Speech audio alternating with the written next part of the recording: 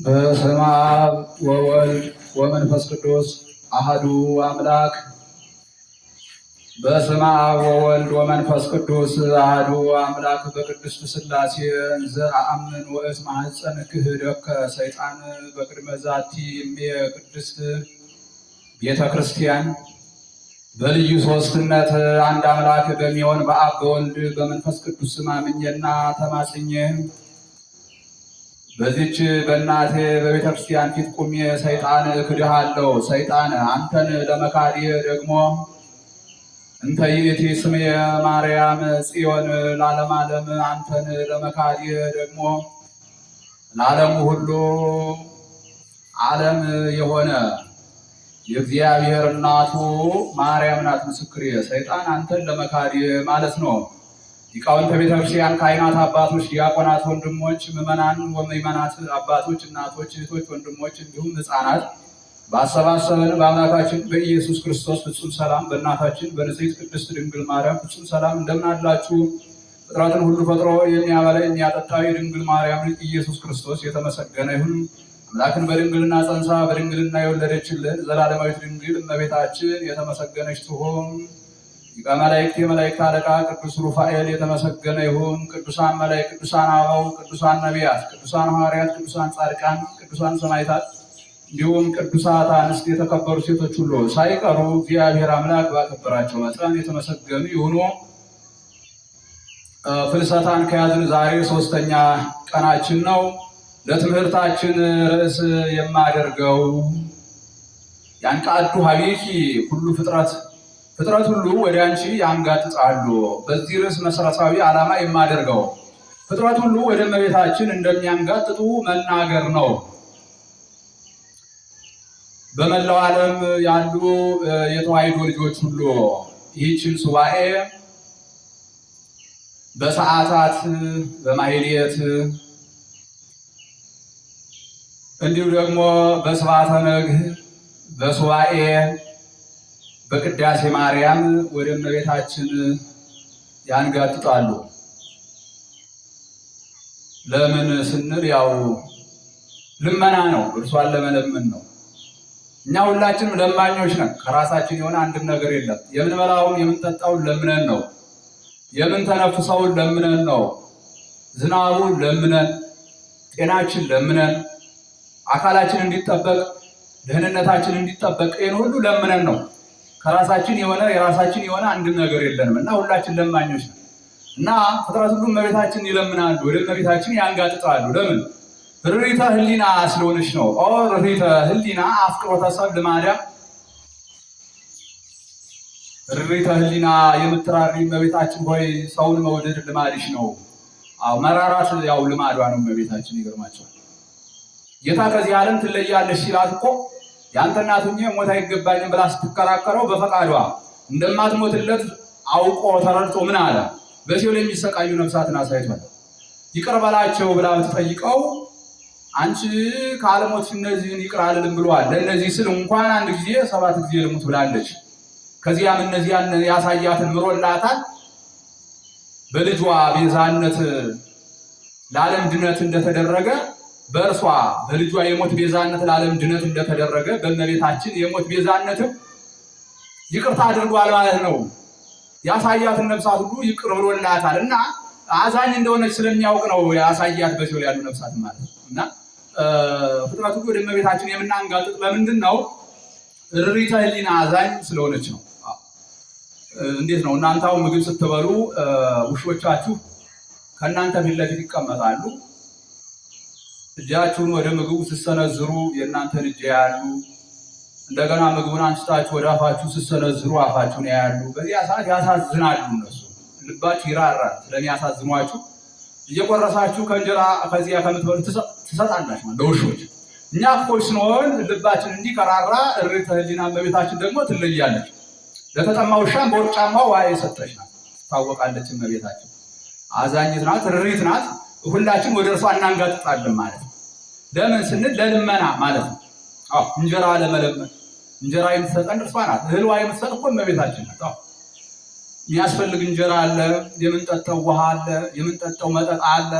መጠጡ እንዲው ጥሩን ጠንቀን ጥሩ መጠጥ እንድንጠጣ እህሉን የምትባርክልን አዝመራውን የምትባርክልን ርዕሰ አውደ ዓመቱን እንዲው ዓመቱን ዘመኑን ክረምቱን ሁሉን የምትባርክልን ናት እመቤታችን እንደምታውቁት ማለት በበረከት ሁሉን ነገር የምትጎበኝልን ናት። ከዚህ የተነሳ እርሷን ነው ያው የምንማጸን ማለት ነው። እንጀራ እንለምናለን፣ እንጀራ ትሰጠናለች፣ የምንጠጣውን ትሰጠናለች፣ ጤና ትሰጣለች፣ ሰላም ትሰጣለች፣ ፍቅር ትሰጣለች፣ ሕይወት ትሰጣለች፣ ትዳር ትሰጣለች፣ ልጅ ትሰጣለች። ለዚህ ሁሉ ምክንያት ሰዎች ወደ እመቤታችን ያንጋጥጣሉ ማለት በዚህ ሱባኤ ብቻ አይደለም ከዚህ ዓለም እስኪለዩ ድረስ ራሱ ወደ እመቤታችን ያንጋጥጡ ማለት ነው። ቀድማ የምትጠራ አዛኝ ርሪት እርሷ ናት። መቼም ችግር ሲሆን ወደ እርሷ ነው የምንጮህ ማለት ነው። የስጋችን ቁራጭ አጥንታችን ፍላጭ ደማችን ዘመዳችን ወገናችን እናታችን ከመሆኗ የተነሳ የምትቀርበን እመቤታችን ናት። ከእርሷ መቅረብም እንደገና በተጨማሪ የራቀውን እግዚአብሔር አቅርባ አምላክ ሰው እንዲሆን ሰው አምላክ እንዲሆን ያደረገች አምላክን ሰው ያደረገችው ሰውን አምላክ ያደረገችው ናት። ትለያለችና ፍጥረት ሁሉ ወደ እመቤታችን የሚያንጋጥጥ ማለት ነው። እንደነገርኳቸው ለምን የሚፈልጉትን ሁሉ ለማግኘት አሁን እመቤታችን በዚህ ሰው የማይለምኑ የለም። ብዙ አይነት ምክንያት ብዙ አይነት ነገር ያላቸው አሉ። ለእመቤታችን የሚያቀርቡ ስለ ስራ የሚለምኑ አሉ፣ ስለ እንጀራ የሚለምኑ አሉ፣ ስለ ልጅ፣ ስለ ትዳር፣ ስለ ጤና፣ በጣም ስለ ብዙ ነገር፣ ስለ ሀገር ሰላም፣ ስለ ሀገር ፍቅር፣ በጣም ስለ ብዙ ምክንያት ምስጢረኛ ሰዎች እመቤታችን ይለምናሉ። ፍጥረት ሁሉ ማለት ይማጸኗታል እና ሁሉን ነገር ለማግኘት ነው። አዛኝ ስለሆነች ርሪት ስለሆነች ማለት ነው። ሰላም የሚገኝ ከእርሷ ነው። ጤና የሚገኝ ከእርሷ ነው።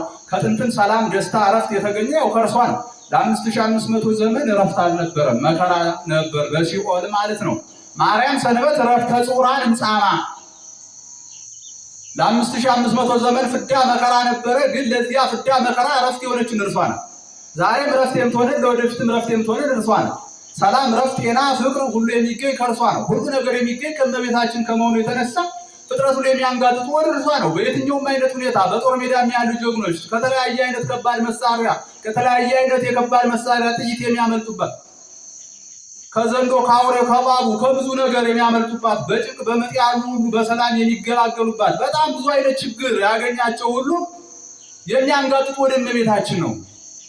አዛኝት ናት፣ ርሪት ናት። ፈጥና ሁሉን ነገር ስለምትሰማ ማለት ነው። ለጥያቄያችን ሁሉ መልስ ስለምትሰጥ ፍጥረት ሁሉ ወደ እመቤታችን ያንጋጥጣሉ። ይገርማችኋል። መላእክት ራሱ ወደ እመቤታችን ያንጋጥጣሉ። ቀውስጦስ የሚባል መልአክ በቅዳሴ ሰዓት ሕፃናት ወዲያና ወዲህ ውር እያሉ ሲያስቸግሩ ጌታ ሂድ ቅሰፍ ብሎ ላከው። በኋላ ቀስፋለሁ ብሎ መጥቶ በጣም መልከኛ የሆነ በጣም የሚያምር ልጅ አየ። እንዲሁ እንዴት አድርጌ ነው የምቀስፈው አለ። ሕፃኑን አይቶ አዘነለትና አላይንስ ራሱ የፈጠረው እግዚአብሔር ይቅሰፈው አልቀስፈውም ብሎ ወደ ሰማይ እነጠቃለሁ ሲል እግዚአብሔር ክንፉን መተው፣ ቀኝ ክንፉን መተው። ከዚያ መነጠቃቃተው፣ ቀኝ ክንፉ ተሰበረ። ልክ ክንፉን የተመታ ሞራ ወድቆ እንዲቀር እንደዚህ ሆነ። በኋላ አሻግሮ ሲመለከት በደብረ ቀልሞን በተባለ በዚያ ተራራ በዚያ ኮረብታ የብርሃን ምሰሶ የብርሃን አምድ ያያል ማለት ነው። ያቺ የብርሃን አምድ እመቤታችን ናት። በኋላ ቀስ እያለ ኮተት እያለ ሂዶ እዚህ ያደረሰ እዛ ቤተክርስቲያን አለ። በጎን ቤተልሔሙ ጋር ጠጋ ብሎ ተኛ እሱ ማለት ነው። እና ዲያቆን በዚያ ሲሯሯጥ ለተልኮ ምስጢር በዚያ ሲሮጥ አየው ዲያቆን ማለት ነው። እላቅለሉ ክነፊሆሙ ክንፋቸውን ለተልኮ ምስጢር የሚያፋጥሙ በዲበ ዛቲ ጠረጴዛ እላቅለሉ ክነፊሆሙ በዲበ ዛቲ ጠረጴዛ ለተልኮ ምስጢር ወዲያና ወዲህ የሚሮጡ ክንፋቸው የሚያቀሉ ለተልኮ ምስጢር የሚሯሯጡ ዲያቆናት ናቸው። አይጋሪሁ ይባላል ለእግዚአብሔር እግሮቹ የእግዚአብሔር እግሮች ይባላሉ። በእግር ወዲያ ወዲህ እንዲሮጡበት ለተልኮ ምስጢር ወዲያና ወዲህ የሚሮጡ ናቸው ዲያቆናት። ካህናትን ደግሞ አይንቲው ይላቸዋል እግዚአብሔር የእግዚአብሔር አይኖች ይባላል። ላይን እንግዲህ የሚሰወር ነገር የለም፣ ባይን ነው ሁሉ ነገር የሚታይ። ኃጢአታችን በደላችን ሁሉ ደግሞ ለካህናት የታየ ነው። ለእነርሱ የምንደብቀው ነገር የለም። ያንም በተሰጣቸው ስልጣን እግዚአብሔር የሚደመስሱልን በእግዚአብሔር ስልጣን በደላችን ኃጢአታችን የሚደመስሱ ናቸውና ያ ዲያቆን ደግሞ እዚያ ላይ አየውና ደነገጠ። እንደ መብረቅ ያብረቀርቃል ቀውስጦስ ማለት ነው። እንዴ ምን ሆናል ከዚህ ወድቃል አንተ ምንድነው አለው። እኔማ ሰማያዊ መልአክ ነኝ እና የአምላኬን ትእዛዝ ተላልፌ ይኸውልህ እዚህ ወድቄአለሁ እና እባክህ የቤተክርስቲያኑን አስተዳዳሪ ጥራልኝ አለው። ሂዱ ጠራለት ቄሱ። ለቄሱም ሲያይ ደነገጠ። እንደ መብረቅ ያብረቀርቃል አንተ ምንድነው አለው። እኔ ሰማያዊ መልአክ ነኝ፣ እንዲህ እንደ መብረቅ ማብረቀርቀው እኔ ሰማያዊ መልአክ ነኝ። የእግዚአብሔርን ትእዛዝ ተላልፌ በሰከንድ ምድራዊ ሆኛለሁና ወደ እመቤታችን ለምንልኝ ተማጸንልኝ አለው። አዎ እመቤታችን እመቤትነቷ ለእኛ ብቻ አይደለም፣ ለመላእክትም እመቤት ናት፣ የእኛም እመቤት ናት፣ የፍጥረት ሁሉ እመቤት ናት። ምክንያቱም ፍጥረቱን ሁሉ ፈጥሮ ለሚያበላ ለሚያጠጣ እግዚአብሔር እናቱ ስለሆነች ማለት ነው። ስለዚህ ወደ እመቤታችን ለምንልኝ አለው። ወደ እመቤታችን መማፀን ጀመረ ቄሱ ማለት ነው። በኋላ እመቤታችን ምን አለች? ቀኝ ክንፉን በቀኝ እጅ ይዘህ ግራ ክንፉን በግራ እጅ ይዘህ 40 ጊዜ እግዚኦታ አድርስለታል። 40 ጊዜ እግዚኦታ እንዳደረሰለት ቀኝ ክንፉን በቀኝ እጅ ይዞ ግራ ክንፉን። አሁን ለመላእክት እንግዲህ እንደነገርኳችሁ ያው ለመላእክት እንግዲህ ረቂቅ ናቸው፣ አካላቸው ረቂቅ ነው፣ ግን ለእግዚአብሔር የሚሳነው ነገር የለም። በገዘፈ አካል አሳይቷል። የእመቤታችን ኃይል ለማሳየት ነው እንግዲህ ቀኝ ክንፉን በቀኝ እጁ ይዞ ግራ ክንፉን በግራ እጁ ይዞ 40 ጊዜ እግዚኦታ ቢያደርስለት በዚያው እንዳለ ወደ ሰማይ ተነጥቋል። የሕፃንም ከመቀሰፍ አመለጠ። እግዚአብሔር አንድ ጊዜ በምሕረት ካለፈን እኮ እንደው አመለጥኩኝ ተመልሼ ላጥፋኝ አይደለም፣ ከእርሱ የሚያመልጠን የለም። እኛ ግን በሰው ላይ ድንገት እንኳን ጦር ወርውረን ቢያመልጠን ወይም ያመለጠን ብለን ነገስ ጠብቆ ሊያጠፋን አሳደን የምንገል የእግዚአብሔር መዓት እንደ ውሃ ሙላት አንድ ጊዜ ካለፈ አለፈ ነው። ተመልሶ ላጥፋ አይልም። ቸር ነው፣ ደግ ነው። ይቅር ካለ ይቅር ነው። የሕፃንም ይቅርታ ተደረገለት። ተመልከቱ እና ያን መልአክ እንኳን ይቅርታ አደረገችለት። ወደ እመቤታችን ነበር ያንጋጠጠ እርሱ ማለት ነው። ያችን የብርሃን ምሰሶ ነበር ያያት አሻግሮ። ያቺ የብርሃን ምሰሶ እመቤታችን እና ቄሱን እንዳዘዘችው ቄሱ ማደረገ። መልአኩን ባለበት ተነጠቀ ማለት እና መላእክት ሁሉ ወደ እመቤታችን ያንጋጥጣሉ።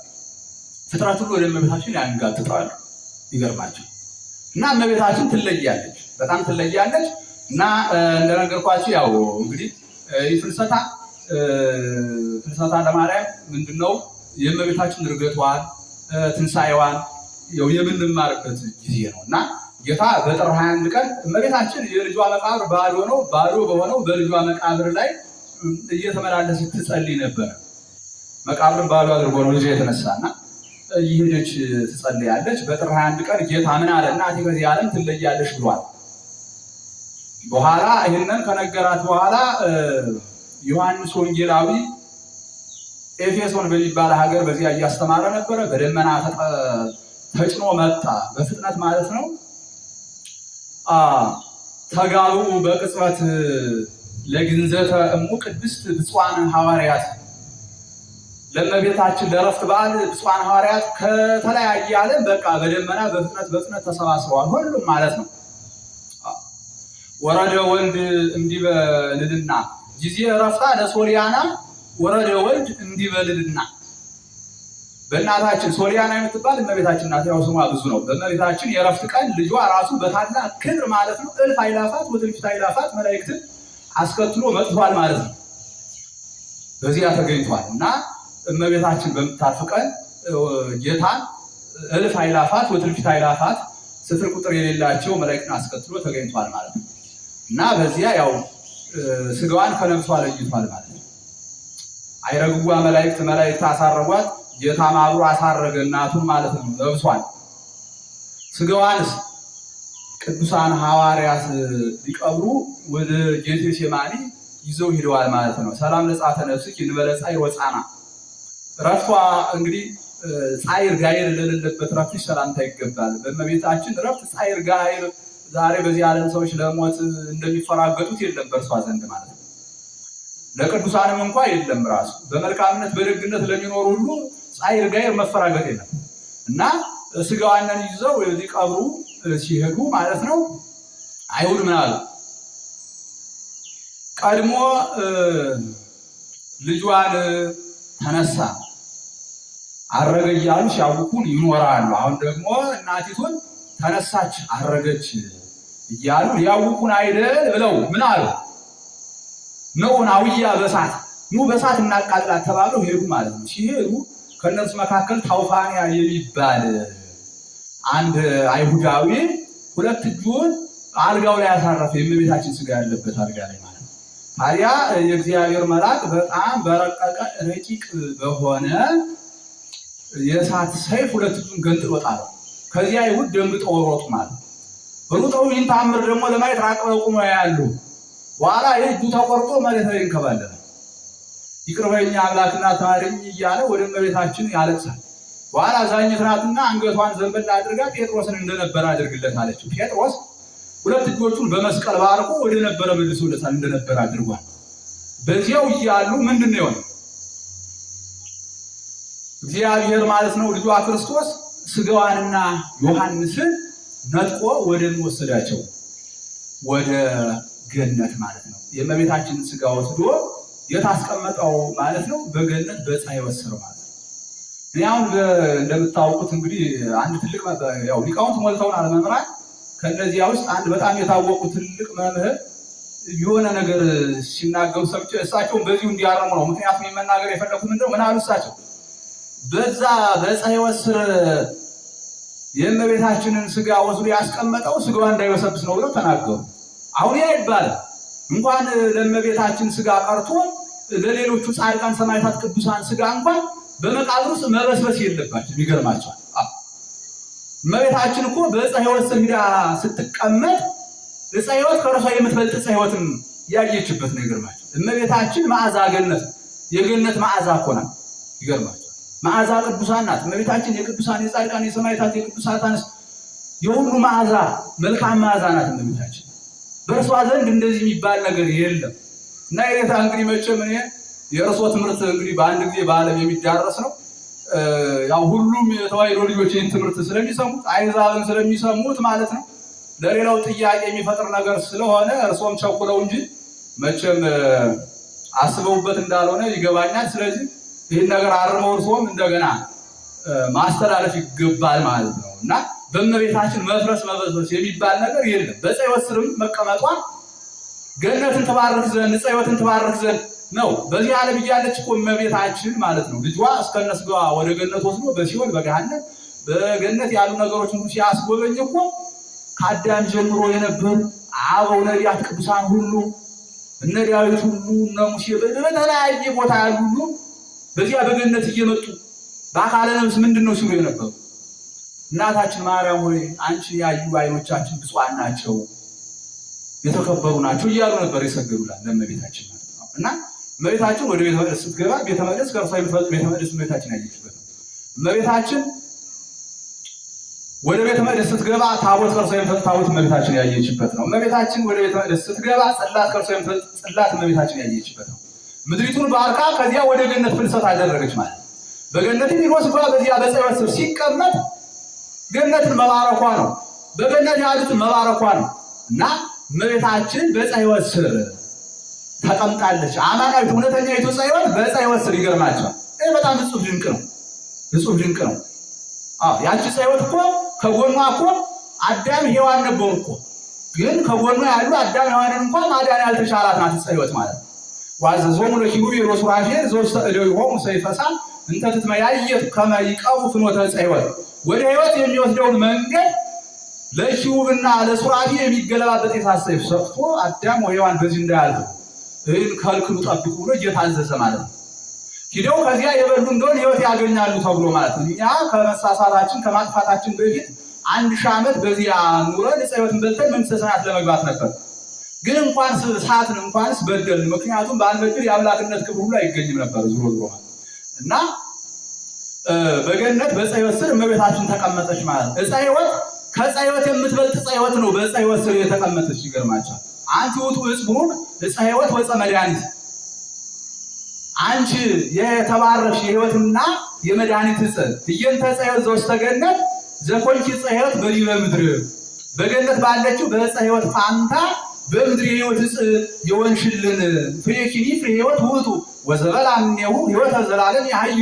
ከአንቺ የተገኘው የሕይወት ፍሬ ደግሞ ለዘላለም ሕይወት የሚሆን የልጅሽ ቅዱስ ሥጋ ለዘላለም ሕይወት የሚሆን የልጅሽ ክቡር ደም። ከአንቺ የተገኘው የሕይወት ፍሬ መድኃኔዓለም ደግሞ የሁሉ መድኃኒት ነው፣ የሥጋ የነፍስ መድኃኒት ነው። ተመልከቱ። ከዚያችኛዋ ዕፀ ሕይወት እኮ ምንም ድነት አልተገኘም። አዳምና ሔዋንን እንኳን ከጎን ሆነው ልታድን አልቻለችም። እናት መብራን እውነተኛይቱ ዕፀ ሕይወት መብራን ግን በዚህ ዓለም ሆና በሩቅ ሀገር ያሉ በሲኦል ያሉ ነፍሳትን ይቅር ያለች ያዳነች፣ በዚህ ሆና በገሃነም ያሉትን ያዳነች ማለት ተመልከቱ። እና በዕፀ ሕይወት ስር እመቤታችን ሥጋ መቀመጡ ገነትን ትባርክ ዘንድ ለዕፀ ሕይወት ትታይ ዘንድ ዕፀ ሕይወት ከርሰ የምትበልጥ ዕፀ ሕይወትን እመቤታችን ታይ ዘንድ እንጂ በእመቤታችን ቅድም እንዳልኳችሁ ምንም አይነት ነገር ኖሮ አይደለም ሲጀመር። እርሷ እውነተኛይቱ ዕፀ ሕይወት ስለሆነች የሕይወት ፍሬ ክርስቶስን ያስገኘች ስለሆነች ማለት ነው። እና በዕፀ ሕይወት ስር ስጋዋ ተቀምጧል ማለት ዕፀ ሕይወት ከርሰ የምትበልጥ ዕፀ ሕይወትን ታይ ዘንድ ነው። እና የዕፀ ሕይወትን ነገር ምን ይላል? ዕፀ ሕይወት እንግዲህ በዮሐንስ ራእይ 22 ላይ ምዕራፍ 22 ቁጥር 1 ላይ ስትመለከቱ እንዲህ ይላል ዮሐንስ ስለ ዕፀ ሕይወት ሲናገር ማለት ነው። ይሄ ዕፀ ሕይወት ዋራየኒ ፈለገ ይላል። ዋራየኒ ፈለገ ዘማየ ሕይወት ጻዕዳ ከመበረድ ከበረድ በላይ ነጭ የሆነ ምን አሳየኝ አለ? የሕይወት ውሃን አሳየኝ አለ። በዕፀ ሕይወት ዙሪያ እኮ ነው።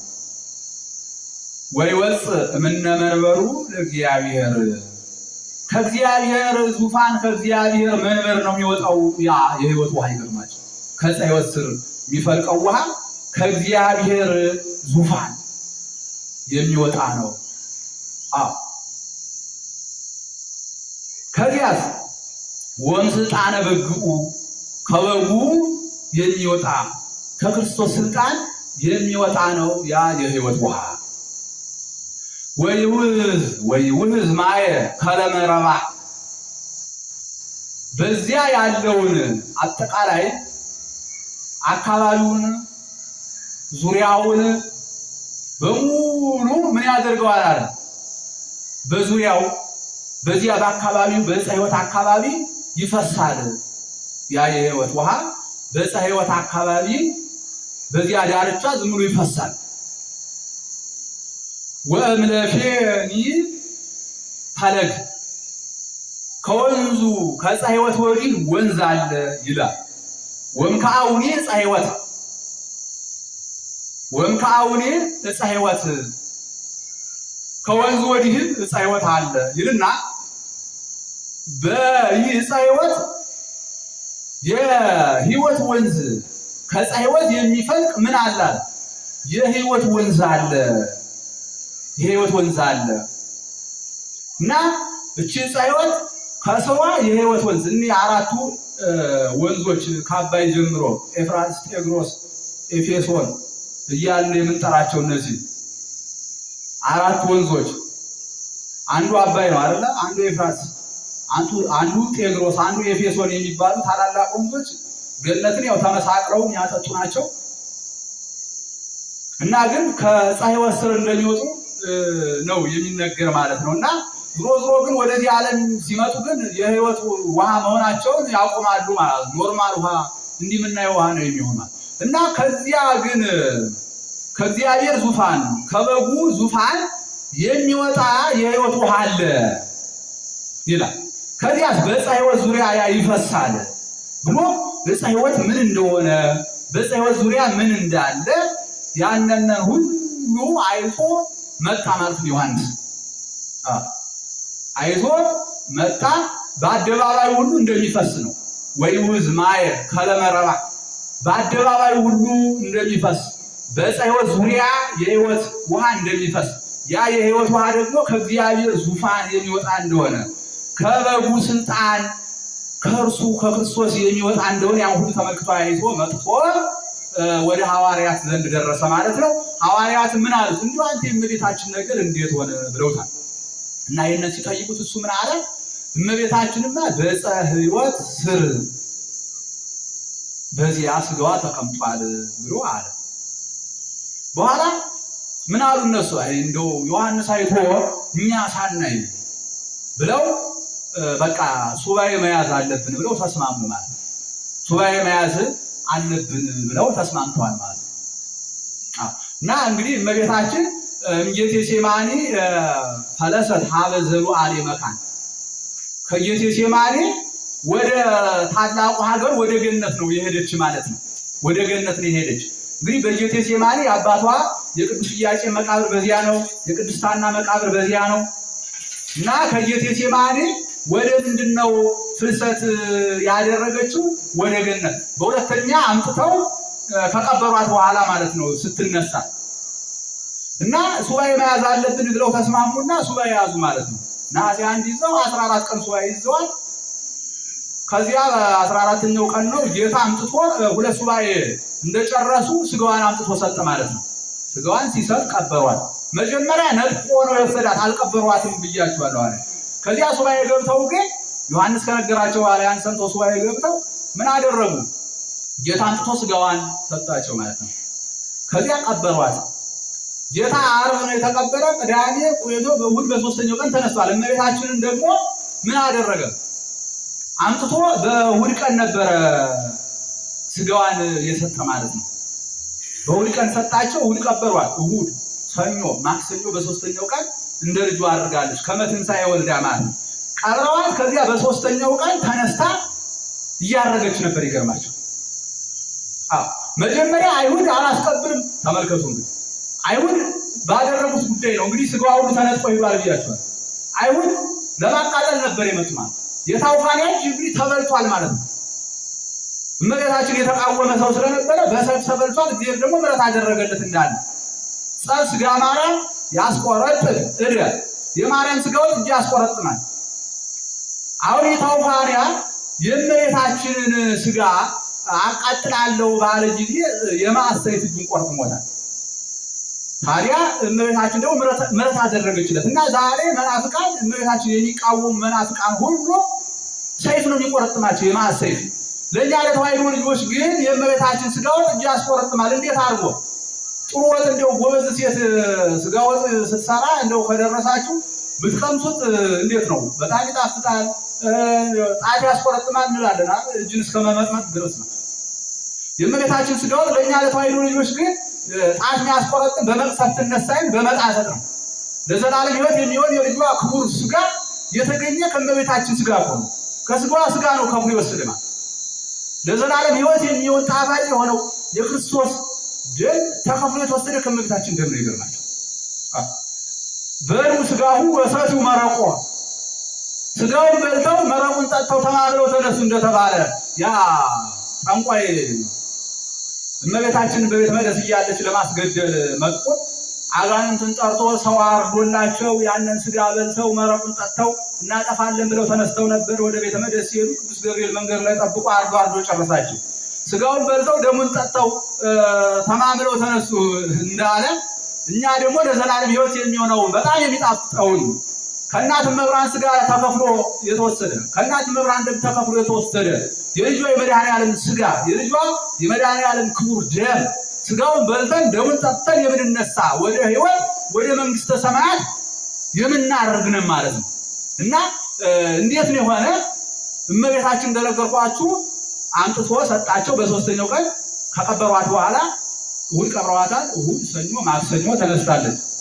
ከመትንሣኤ ወልዳ ትንሣኤዋ እንደ ልጇ ነው በሶስተኛው ቀን። እና ዛሬ አሁን መናፍቃን የእመቤታችን ትንሣኤውን ይቃወማሉ ብዙ ነገር። አሁን ሞተች ያልን እኛ ነን እኮ። አሁን እመቤታችን አልተነሳችም ይላሉ አይደል መናፍቃን። እስቲ ማርያም እንደው ሞተች የሚል አምጡ ከመጽሐፍ ቅዱስ በሏቸው። መቼም ለመነሳት ሞት ይቀድማል አይደል? ሞት ይቀድማል። እና እስቲ ማርያም ከመጽሐፍ ቅዱስ ሞተች የሚል አምጡ ብላችሁ ትጠይቁ፣ ማርያም ሞተች የሚል አያገኙ። ሞተች ያልን ሲጀምር እኛ ነን ማለት ነው። እና በሶስተኛው ቀን ስታርግ በመንገድ ላይ ቶማስ አገኛት ማለት በደመና በክብር ስታርግ ስጋ ምን ሆኖ ከነፍሷ ከስጋዋ ጋር ተዋህዶ ማለት ነው። እንደ ልጇ ስታርግ ቶማስ ህንደኬ ከህንድ ነው። ህንድ ነበረ ሀገረ ስብከቱ። በዚያ እያስተማረ ከህንደኬ ሲመለስ በደመና ተያዩ ማለት ነው። ወፈቀደ ይደቅም ደመናሁ፣ ከደመናው ቢወድቅ በወደደ ነበረ። ደንግጦ ፈርቶ እመቤታችን ከዚያ ማለት አይዞ አትደንግጥ አትፍራለች። እኔማ የልጅሽን ትንሣኤ ሳላይ ስለቀረሁኝ አሁን ደግሞ ያንቺን ትንሣኤ ሳላይ ተደብቀሽ ስትሄጂ አየሁሽ እኮ ነው ብሎ ሲል አንተ እንደውም ትንሣኤን አይተሃል ወንድሞች ግን አላዩም ብላ በነጭ ሐር ነበር የገነዟት። ያንን ነጭ ሐር እመቤታችን በመስቀል ባርካ እንካ አንተም ከዚህ ከፍለ ለበረከቱ ሰለ ለወንድሞች ለሐዋርያትም አካፍል ብላ ባርካው ወደ ምድር መጣ ማለት ነው። ከዚያ ያን ደብቆ ምን አላቸው? እንዴት ሆነ የእመቤታችን ነገር ብሎ ሲጠይቅ ምን አሉት እነሱ? አዎ ጌታ አምጥቶ ሰጥቶን ቀበርናት። እንዴት ያለ ነገር ነው የምታወሩ? ሞት በጥር ነሐሴ መቃብር እንዴት ያለ ነገር ነው የምታወው? እንጂ ጴጥሮስ ምን አለ? እንዲሁ አንተ ደግሞ ይህ ልማድህ እንዲሁ አልተወህም፣ ይህ ልማድህ አልተወህም። ቀደም የጌታን ትንሣኤ አላምንም ብለህ እጆቹን እግሮቹን ሳልዳስስ አላምንም። በጭንካር የተወጉ እግሮቹን በጭንካር የተወጉ እጆቹን ሳልዳስስ በጦር የተወጋ ጎኑን ሳልዳስስ እንዴት ነው የማምነው? አላምንም። እንዲህ ብለህ ነበረ። እጆቹን እግሮቹን ሳልዳስስ በጭንካር የተወጉ እጆቹን እግሮቹን ሳልዳስስ በጦር የተወጋ ጎኑን ሳልዳስስ አላምንም ብለህ በኋላ ዳስሳለሁ ብለህ እጆቹን እግሮቹን ዳሰስ ጎኑንም ዳሰስክ። አዎ ገቦ የመለኮትን ጎንም ዳሰስክ። እጅህ ደረቀ፣ ተቃጠለ። እጅህ ደርቆ ሰሎ ይሄው ይታያል። አሁን ደግሞ ምንድነው እንዲህ የምታወራ ብለው በኋላ ጴጥሮስ እንደውም እየሮጠ ሄዶ መቃብር ደርሶ ከፍቶ ቢያይ እመቤታችን የለችም በዚህ መቃብር ማለት ነው። ከዚያ ደነገጠ። ሁሉም ደነገጡ። ሲደነግጡ እኔም አታምኑኝም ብዬ ነው እንጂ እመቤታችን በታላቅ ክብር በኪሩቤል ሰረገላ ተቀምጣ ስታርግ አየዋት በደመና። እኔ እንዲሁም ልወድቅ ደርሼ ነበረ። እርሷ አይዞ ብላ ጸናችን። ይኸው በዚህ አይነት የገነዛችኋት ብሎ አሳያቸው። ይህንን ተካፈሉ ብላ ሰጠችን። በኋላ ሁሉም ተካፍለውታል። በራሳቸው ጠምጥመውታል። ሻሽ አድርገው ነጭ ሐር ነበረ ሻሽ አድርገው እና ዛሬ ዲያቆናት፣ ካህናት፣ መርጌቶች፣ ሊቃውንት በጠቅላላ የሚጠመጥሙ ሻሽ የእመቤታችን በረከት ነው እና ከዚያ በኋላ በቃ ቶማስን አየ፣ ዮሐንስን አየ። እንደው እኛ ሳናይ ብለው አዘኑ። በቃ እኛ ማየት አለብን ብለው ምን አደረጉ? እነሱ ሐዋርያት ሱባኤ ያዙ ማለት እንደገና በዓመቱ 2 ሳምንት እሑድ ጀምረው ያው በ14 ሱባኤያቸውን ጨረሱ ማለት ነው። ቅዳሜን አልፎ እሑድ ማለት ነው ጌታ መጣ እመቤታችን ይዞ ማለት ነው። በእልፍ አእላፋት ወትንቢት አእላፋት መላእክትን በሙሉ ይዞ መጣ ከሐዋርያት ዘንድ። እመቤታችንን ከሥጋዋ ጋር ተዋህዳ በክብር አዩአት። ከዚያ በኋላ ጌታ ለመቀደስ ወሰነና እሱ ዋና ገባሬ ሰናይ ቄሱ ነው ማለት ነው። እሱ ዋናው ነው። ጴጥሮስን ተራዳይ ካህን አድርጎ ሁለተኛ ካህን አድርጎ እስጢፋኖስን ሰራይ ዲያቆን ዋና ዲያቆን አድርጎ ወንጌላዊው ቅዱስ ዮሐንስን ንፍቅ ዲያቆን አድርጎ ሌሎቹን ሐዋርያት ደግሞ ልኡካን አድርጎ እመቤታችንን እንደ መንበር እንደ ታቦት እንደ ጽላት አድርጎ ማለት ነው ቀድሶ አቆረባቸው። እርሱም ቆርባ አቆረባቸው ማለት ነው። ዛሬ ካህኑ ያው ቆርቦ እንዲያቆርብን ማለት ነው። ወተቀርበት በእደ ወልዳ እመቤታችን በልጇ እጅ ቆረበች። ከዚያ በኋላ የምትናገሪውን ተናገሪ፣ የምታዥውን ሁሉ እዘዥ አለ። ትንሣኤን በዓለም ዙረው እንዲያስተምሩ ነገረች። ጌታ የእናቴን ትንሣኤ በዓለም ዙራችሁ አስተምሩ አለ ጌታ ማለት አዘዘ ማለት። ከዚያ በኋላ ሁሉን ባረከች። ሁሉን ከባረከች በኋላ በታላቅ ክብር ሁና በኪሩቤል ሰረገላ ሆና እያዩአት ወደ ሰማይ አረገች። ከዚያ የት ሄደች?